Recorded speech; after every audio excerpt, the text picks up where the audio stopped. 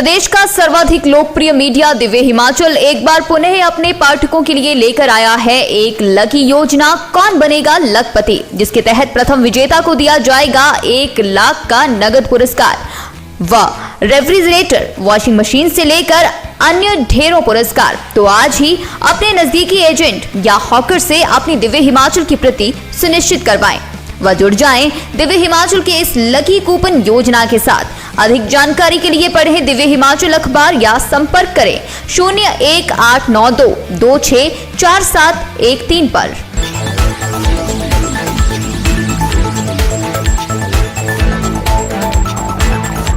कर्मचारियों की पेंशन का काला सच। नमस्कार, आप देख रहे हैं दिव्य हिमाचल टीवी और मैं हूं आपके साथ पल्लवी शर्मा। मैं आपके सामने हाजिर हूं हिमाचल आज का मुद्दा लेकर। हिमाचल के कर्मचारियों ने गांधी जयंती के मौके पर एनपीएस भारत छोड़ो आंदोलन का आगाज कर दिया। पर इस बीच एनपीएस के तहत मिलने वाली पेंशन का काला सच सामने आया है, जो सच में डराने और चौंकाने वाला है। क्या है ये काला सच और क्यों एनपीएस के कर्मी सरकार के पीछे ओपीएस की बहाली के लिए हाथ धोकर पड़े हैं? हम पहाड़ी में इसी पर चर्चा कर रहे हैं अनिल अग्निहोत्री और राजेश शर्मा। राजेश, कर्मचारियों को इतने साल पेंशन, जी ये क्या बात हुई? पेंशन तो पेंशन है, वो तो हमेशा मिलती रहती है, लेकिन नहीं, मुझे पता है आप कुछ दर्शकों को आज बताने जा रहे हैं।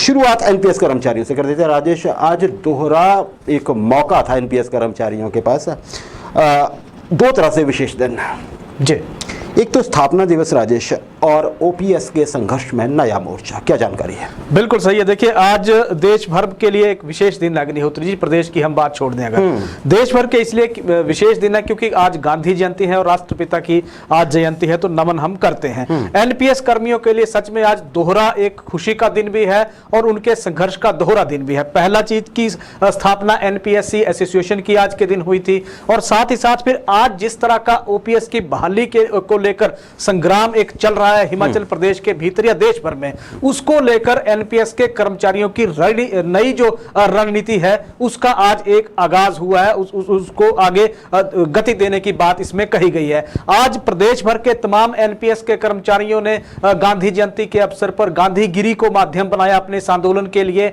और चरखा काट कर एक तरह से राष्ट्रपिता को श्रद्धांजलि भी दी। साथ ही साथ संगठन के तमाम सदस्यों को संदेश एक दिया कि जिस तरह एक छोटे छोटे तंतु मिलकर एक धागा बनाते हैं, उसी तरह छोटे छोटे तमाम सदस्यों ने मिलकर जो ये एनपीएस का संगठन खड़ा किया है, उस संगठन को मजबूती देने के लिए आने वाले दिनों में क्या रणनीति रहेगी, ये चरखा काटकर आज संदेश एनपीएस के कर्मचारियों ने दिया। एक संदेश दूसरा ये भी साफ है कि ये जो उनका आंदोलन चल रहा है, जो अभी क्रमिक अनशन है, इसके बाद अगली रूपरेखा तैयार है, ये आंदोलन सिर्फ और सिर्फ पुरानी पेंशन की बहाली के लिए ही आंदोलन चल रहा है, और इसको इसी तरह से गति आगे दी जाएगी। जी राजेश, बिल्कुल सही बात है, हम देखते आ रहे हैं, और हमारा एक सेगमेंट कर्मचारियों के नाम होता है अमूमन इस कार्यक्रम का, और उसमें एनपीएस कर्मचारी हमेशा उपस्थित होते हैं किसी न किसी रूप में। राजेश, अच्छी खबर है एक तरह से, और एक सोच में भी वो खबर डालती है कि ऐसा अगर हो रहा है तो क्या। खबर ये है कि मध्य प्रदेश की सरकार, जहाँ पे बहुत सालों से भाजपा की सरकार है, पीछे इलेक्शंस में हालांकि भाजपा थोड़ी पिछड़ी थी, फिर वो सरकार टूटी और भाजपा की फिर से सरकार बन गई कुछ महीनों बाद, वर्तमान में फिर वही सरकार है। राजेश, अगले साल होने हैं वहां पे विधानसभा चुनाव। बिल्कुल, और ये खबर है और ये बड़ी पुख्ता तरीके से सामने आ रही है कि वहां की सरकार ने आदेश दिए हैं कि वो संभावनाएं तलाश हैं कि चुनावों से पहले पहले मध्य प्रदेश के कर्मचारियों को पुरानी पेंशन दी जा सके। सही। अब राजेश, मध्य प्रदेश में भाजपा की सरकार है, बिल्कुल, और बहुत सालों से सरकार है, और बहुत बड़ा प्रदेश है मध्य प्रदेश जी। अब अगर सरकार को वहां ये लग रहा है कि कर्मचारियों को पेंशन देनी चाहिए, तो कुछ ना कुछ तो होगा ही। राजेश, अगर इसे हिमाचल के संदर्भ में देखें जी, तो आप इसे कैसे देखते हैं? कुछ आंकड़े भी चौंकाने वाले आप शायद देने वाले हैं, बताइएगा दर्शकों को हमारे। और देखिए, ये जो आंकड़े हैं, मैं सभी को बता दूं दर्शकों को, ये सिर्फ कर्मचारियों के लिए, एनपीएस कर्मचारियों के लिए ही नहीं है, ये सबके जानने के लिए आंकड़े हैं कि ये हो कैसे सकता है? जी राजेश। बिल्कुल सही है। सबसे पहले बात मध्य प्रदेश की कर लेते हैं अग्निहोत्री जी।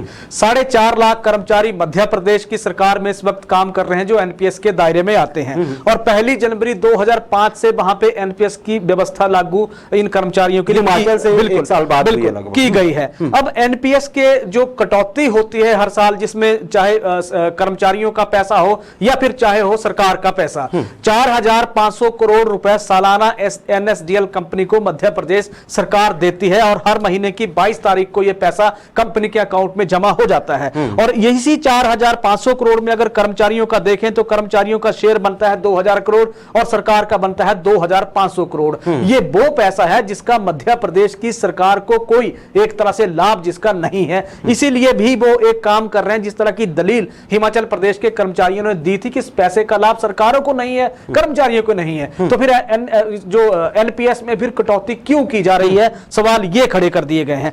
हिमाचल प्रदेश में देखें तो 1,33,000 कर्मचारी एनपीएस के दायरे में आते हैं, और चुनावी साल में अगर मध्य प्रदेश में के साथ साथ हिमाचल प्रदेश में इस पे हरकत हो रही है, तो एक चीज तो यही अग्निहोत्री जी की कोई भी सरकार कर्मचारियों के वोट बैंक को एक तरह से नाराज करना नहीं चाहती है। हिमाचल प्रदेश में चुनाव सिर पे खड़े हैं। कुछ चीजें ऐसी हैं कि एनपीएस क्यों बंद होनी चाहिए और ओपीएस बहाल क्यों कर्मचारियों की कर देनी चाहिए।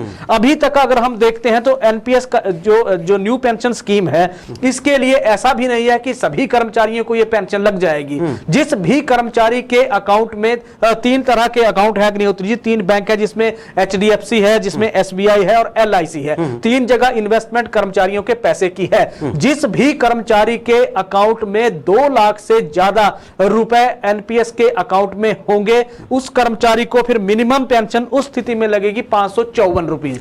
जी मैं क्लियर कर देता हूं। एचडीएफसी में अगर किसी कर्मचारी ने ऑप्शन ले रखी है अकाउंट की, तो उसके 2,54,000 अगर उसके अकाउंट में है, उसको तब पेंशन लगेगी। अगर इससे कम पैसा है तो उस पैसे को वो एक मुश्त कर्मचारी निकाल सकता है, ऐसी सूरत में उसे पेंशन नहीं लगेगी। एसबीआई के अकाउंट में 2,560 रुपए होने चाहिए, साथ ही साथ फिर एलआईसी में 2,570 रुपए इसमें होने चाहिए। आप कुछ कह रहे थे, फिर मैं आगे बढ़ता हूं। जी राजेश, देखिए आप, मैं दर्शकों को बता दूं और मैं भी समझने का प्रयास कर रहा हूं। आपने जो अमाउंट बताया, देखिए जब एक कर्मचारी रिटायर हो जाएगा, जो कि एनपीएस का जिसको लाभ मिलेगा या नुकसान होगा, जो मर्जी रख लीजिए, वो उसमें से कुछ पैसा निकाल लेगा, एक मुश्त जो निकाल सकता है, जितना भी उसकी जमा पूंजी हुई होगी, चाहे उसका अपना कंट्रीब्यूशन है या सरकार का, 60% उसने निकाल लिया, जो 40% बचा वो ये अमाउंट होना चाहिए। जैसे आपने बताया कि 2 लाख या 2.25 लाख हर बैंक या एलआईसी के हिसाब से, तब पेंशन मिलेगी। उससे कम है तो बैंक भी हाथ खड़े करेगा कि ये आपको कोई पेंशन नहीं मिलनी, ये पैसा लेते बढ़िया है ना, और हमें करिए माफ। बिल्कुल आगे बिल्कुल। अब ये इसमें जो मिनिमम पेंशन है वो 554 रुपए इसमें मिनिमम पेंशन का प्रावधान है। ओपीएस की तरफ चलते हैं। ओपीएस यानी पुरानी पेंशन स्कीम की तरफ। पुरानी पेंशन के दायरे में जितने भी कर्मचारी आते हैं, अगर वो कर्मचारी सेवानिवृत्त हो जाते हैं तो उनके लिए जो मिनिमम जो पेंशन का प्रावधान सरकार ने कर रखा है वो है 9,000 रुपए। 9,000 बिल्कुल वर्तमान में 9,000 रुपए से कम किसी भी कर्मचारी को सेवानिवृत्ति पर पेंशन नहीं लगेगी। एक लड़ाई तो वो अभी आप देखिए कि नया पे स्केल सरकार ने कर्मचारियों को दिया है, और उस पे स्केल में वही मिनिमम पेंशन ओपीएस के दायरे में आने वाले कर्मचारियों के लिए 18,000 रुपए हो जाती है, यानी कि डबल हो जाती है। इसीलिए भी कर्मचारी ओपीएस की बहाली की मांग कर रहे हैं। जी राजेश, एक सेकंड, ये बड़ा इंटरेस्टिंग आंकड़ा है थोड़ा समझने के लिए। आपने कहा कि मिनिमम पेंशन एक एनपीएस कर्मचारी को जो मिलेगी, अगर उसके पास वो सर्टेन अमाउंट है, 2-2.5 लाख जितना भी है, सही है, वो 500 कुछ रुपए है, 500 है, उतनी उससे कम नहीं मिलेगी, लेकिन उससे ज्यादा भी नहीं मिलेगी। बिल्कुल। और आपने ये कहा कि जो वर्तमान में अब जो नए अमेंड हो गए हैं 6th पे कमीशन के बाद, बिल्कुल, अगर गवर्नमेंट जो ओपीएस का कोई कर्मचारी है, बिल्कुल, वो रिटायर होता है तो मिनिमम पेंशन 18,000 है। मैं सही समझ रहा हूं राजेश? इसका मतलब ये हुआ कि कोई क्लास 4, जी मान लीजिए कोई क्लास 4 है, वो किसी भी पद पे है ना, कोई भी पद है, बिल्कुल बिल्कुल, अगर उसने कम से कम 10 साल नौकरी की है, सिर्फ 10 साल नौकरी की है ओपीएस के तहत, तो उसकी मिनिमम पेंशन 18,000 रुपए हो रही है। लेकिन ओपीएस में, एनपीएस में यह है कि चाहे कितनी बड़ी आपकी पोस्ट है, अगर आपके पैसे उतने जमा नहीं हुए हैं, बिल्कुल, तो फिर आप चाहे जो मर्जी है, जितने मर्जी तुर्रम खां थे, जितनी बड़ी आपकी कुर्सी थी, जी, आपको उस क्लास 4 से को 40 गुना कम पैसे मिलेंगे। बिल्कुल सही है। लगभग हो सकता है 35-30% गुना हुए ये हालत है ना। जी राजेश, अब ताजा रिपोर्ट पे आ जाते हैं। जिस तरह की रिपोर्ट्स आई हैं और उसमें जो रिपोर्ट्स में हवाला दिया गया है उसमें उनके आधार पे जो ये जानकारी है कि ऐसा भी नहीं है कि एनपीएस के दायरे में जो कर्मचारी आ रहे हैं उनके लिए पेंशन का प्रावधान ताउम्र किया गया है, ऐसा भी बिल्कुल नहीं है। इसके लिए बाकायदा 70 साल की जो उम्र जब किसी कर्मचारी की हो जाएगी, मान लीजिए कोई 58 साल के में रिटायर हो गया, उसके बाद उसके लिए 12 साल तक उसको पेंशन मिलती रहेगी जिस भी दायरे में आता है, जितनी भी उसकी कटौती या एनपीएस का जो 40% उसके अकाउंट में जमा होगा उस पे उसको पेंशन मिलती रहेगी। एक चीज सही है। अब 70 साल तक उस कर्मचारी को वो सेवानिवृत्त जो पेंशनर है उसको वो पेंशन मिलेगी। 70 साल के बाद फिर वो व्यक्ति क्या कर सकता है पेंशनर, अगर उसकी मान लीजिए दुखद परिस्थितियों में अगर निधन हो जाता है 70 साल तक, तो फिर उसकी जो पेंशन है उसकी पत्नी को लगेगी और फिर उसकी पत्नी को भी 70 साल की उम्र तक ही वो पेंशन मिलती रहेगी। ताउम्र ये पेंशन नहीं मिलेगी। ना एक चीज तो मिलेगी जो आश्रित होगी, ना ही व्यक्ति को मिलेगी जो उसका हकदार है। सही है, बिल्कुल। और अब दूसरी चीज अगर हम देखें तो 70 साल के बाद ये एक ऑप्शन कर्मचारी ये ले लेता है कि जितना भी 40% का फंड उसके अकाउंट में होगा वो उस पैसे को निकाल सकता है जो बच गया होगा 70 साल की। बिल्कुल, लेकिन पेंशन 70 साल की उम्र के बाद उसकी बंद हो जाएगी। इस तरह की रिपोर्ट्स जो ताजा रिपोर्ट्स हैं उनमें एक प्रावधान इस तरह का किया गया है। 70 साल के बाद फिर इन कर्मचारियों का गुजारा कैसे चलेगा, क्या होगा, किस तरह की परिस्थितियां आगे आड़े आएंगी, क्योंकि मुश्किल वक्त तो उस दौर के बाद शुरू होता है जब व्यक्ति फिजिकली रूप से, मानसिक रूप से इतना मजबूत नहीं रहता है जितना मजबूत वो इससे पहले की आयु वर्ग में होता है। अब थोड़ा सा अगर हम देखें तो सबसे बड़ी बात यह थी कि मिनिमम पेंशन 554 है, तो फिर मैक्सिमम पेंशन कितनी है। इसमें क्लास 1 की पोस्ट के लिए अगर हम देखें, एक डॉक्टर का एग्जांपल मैं आपको देता हूं।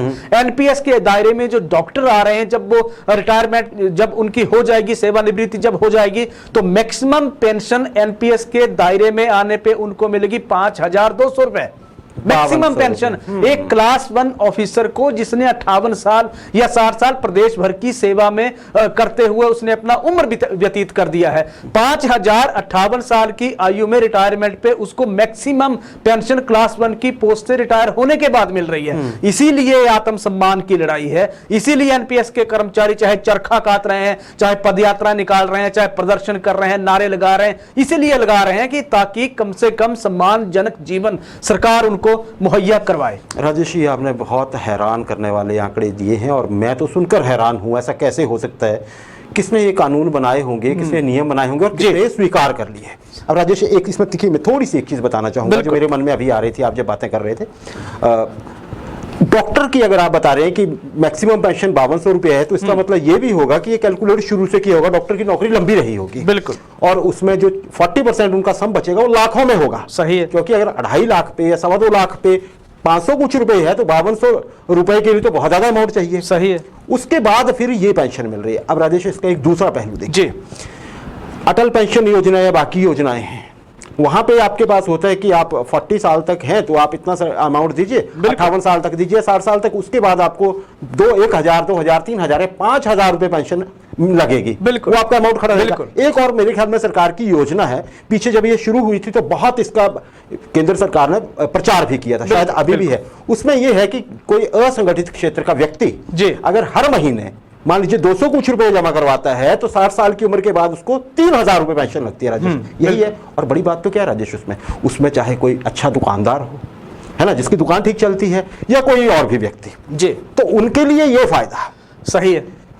उसमें वो सिर्फ 200 या 250 रुपए कंट्रीब्यूट कर रहा है हर महीने। ये जो लड़ाई है, ये जो लड़ाई है, ये लड़ाई इसी की चली है कि सामाजिक सुरक्षा पेंशन भी इस उम्र में जो कर्मचारी जो रिटायर होता है उससे कहीं ज्यादा है। हिमाचल प्रदेश में 700 एनपीएस के कर्मचारी रिटायर अब तक हो चुके हैं जब से ये एनपीएस की व्यवस्था लागू हुई है। 700 जो कर्मचारी रिटायर हो गए हैं। कई जगह तो मैक्सिमम दिक्कतें आप पिछले दिनों हमने भी देखा, मीडिया में, सोशल मीडिया से लेके मेन स्ट्रीम मीडिया में खबरें चली, कुछ कर्मचारी दिहाड़ियां लगा रहे हैं, कुछ मेलों में जाके स्टॉल लगा रहे हैं। अध्यापक, इस तरह की परिस्थितियां इसीलिए आ रही हैं कि जब कर्मचारी की पेंशन 600 या 700 रुपए लगेगी तो फिर महीने का गुजारा चलेगा कैसे? सवाल पैदा ये हो रहा है। सोसाइटी में किस तरह कर्मचारी व्यवहार करेगा? सवाल पैदा ये हो रहा है। सरकार की इमेज किस तरह से वहां जा रही है? सवाल पैदा इस पे हो रहा है। राजेश, ये तो देखिए विशेषज्ञ भी ये कह रहे हैं कि अगर ऐसा है ना तो ये तो ऐसे ही होगी कि जैसे कोई नेगोशिएट नहीं करता है, साहूकार किसी जरूरतमंद के साथ नेगोशिएट करता है। बिल्कुल नहीं भैया, आप भूखों मर रहे हैं, आपका ये सामान मैं तब लूंगा, पहले आप ऐसे करिए, मैं तो ऐसे लूंगा आपका। भैया आपको सरकारी नौकरी चाहिए तो पेंशन तो यही लेनी पड़ेगी। जबकि सामाजिक सुरक्षा तो राजेश अब ये लग रहा है कि सरकारी कर्मचारियों को चाहिए जो एनपीएस में आते हैं। बिल्कुल, क्योंकि जो असंगठित क्षेत्र का अगर मजदूर भी है, और अगर ये सही है मेरी जानकारी, हो सकता है मैं इसमें गलत भी हूं, कि लगभग 250 रुपए हर महीने देके एक व्यक्ति 40 साल की उम्र से पहले अगर जमा करना शुरू करता है, 60 साल की उम्र में उसकी 3000 रुपए पेंशन लगती है। फिर तो बहुत बेहतर स्थिति में है राजेश। तब तो फिर ये एनपीएस आंदोलन ना हो कि एक जन आंदोलन है राजेश। बिल्कुल बिल्कुल, इसीलिए अब आप ये देखिए, शायद मध्य प्रदेश में ये आंकड़े जाहिर हो गए। क्या ये आंकड़े अब दबाव बनाने के लिए कुछ काम करेंगे सरकार, खासकर डबल इंजन सरकार पे या केंद्र सरकार पे? मैं ये कहना चाहूंगा, क्योंकि हिमाचल सरकार तो बोलती है कि हम तैयार हैं, केंद्र का सहयोग चाहिए। रजनीश, क्या केंद्र में जब ये नियम बने थे, हैरानी तो ये हो रही है कि किसी ने पढ़ा ही नहीं था कि ऐसा होगा। बिल्कुल, सवाल वो कर्मचारी जो सरकार का कर्मचारी है, सरकार के लिए पूरी उम्र लगा रहेगा। सही है। और अगर आपने जो जानकारी दी है किसी रिपोर्ट के आधार पर अगर वो सही है तो सरकार तो उसको डिसऑन कर रही है अपने कर्मचारी को। आप जहां मर्जी जाइए 70 साल की उम्र के बाद, बिल्कुल, क्योंकि आप सरकारी नौकरी में आपको पेंशन वैसे भी नहीं लगेगी, सामाजिक सुरक्षा की आपको, या फिर ये होगा कि आप उस टाइम पे बीपीएल में किसी में शामिल होकर याचना करिएगा अपने पंचायत प्रतिनिधियों के पास कि महाराज मैं ऐसे सरकारी कर्मचारी था, मेरी उम्र 70 साल से ऊपर हो गई है, अब मेरे पास खाने के लिए पैसे नहीं है, मेरे पास पहनने के कपड़े नहीं है, बच्चों को देने के लिए कोई शगुन देने के लिए 50 रुपए नहीं है मेरी जेब में, तो मुझे आप बीपीएल में डाल के आप मुझे पेंशन का प्रबंध करवा दीजिए। क्या ये होने जा रहा है राजेश? बिल्कुल सही है, जिस तरह की व्यवस्था है अग्निहोत्री जी। इसीलिए आत्मसम्मान मान सम्मान की लड़ाई ये क्यों बनी हुई है? बड़ी हैरानी की बात है। एनपीएस के कर्मचारी लगातार प्रदर्शन कर रहे हैं, क्यों नहीं उठ रहे हैं? जबकि सरकार एक तरह से, अब थोड़ा सा हम देखें तो परिस्थितियां कर्मचारियों के पक्ष में होती हुई नजर आ रही है। जिस तरह से मुख्यमंत्री जयराम ठाकुर का बयान के बाद जिस तरह की चीजें सामने आई, उन्होंने कहा था मोदी है तो मुमकिन है, अगर मुमकिन है तो करके दिखाइए। फिर वही वक्त आ गया। इसीलिए ये सवाल सही है। तभी कर्मचारियों की अभी भी, और लोग भी ये मान रहे हैं कि 5 अक्टूबर को शायद कुछ होने वाला है, क्योंकि अगर मध्य प्रदेश जैसा बड़ा राज्य जीतना है तो वहां पे भी बहुत सीरियसली देखना होगा। मुख्यमंत्री साहब पहले ही कह चुके हैं कि अगर एनपीएस हटा के ओपीएस दोबारा से शुरू होती है तो पहला राज्य हिमाचल होगा। तो क्या 5 अक्टूबर को कुछ चमत्कार होने जा रहा है कर्मचारियों के लिए? हमारी तो यही उम्मीद है, क्योंकि प्रदेश सरकार भी ऐसा इशारा दे रही है। अब केंद्र का डबल इंजन अगर स्टार्ट हो जाता है इस चीज पे तो बहुत अच्छा रहेगा सबके लिए। राजेश, प्रतिभा सिंह जी, उन्होंने फिर से बोला है, कांग्रेस के और मुकेश अग्निहोत्री साहब ने फिर बोला है कि जी हमें 10 दिन दीजिए, सरकार बनवाइए और 10 दिन में ओपीएस ले लीजिए। क्या कहेंगे इस पे? बिल्कुल सही है। देखिए, पूरी कांग्रेस पार्टी हमलावर हो रखी है और गारंटी दी जा रही है कर्मचारियों को बाकायदा कि 10 दिन के भीतर उनके लिए ओपीएस सरकार बनने के बाद कांग्रेस बहाल कर देगी।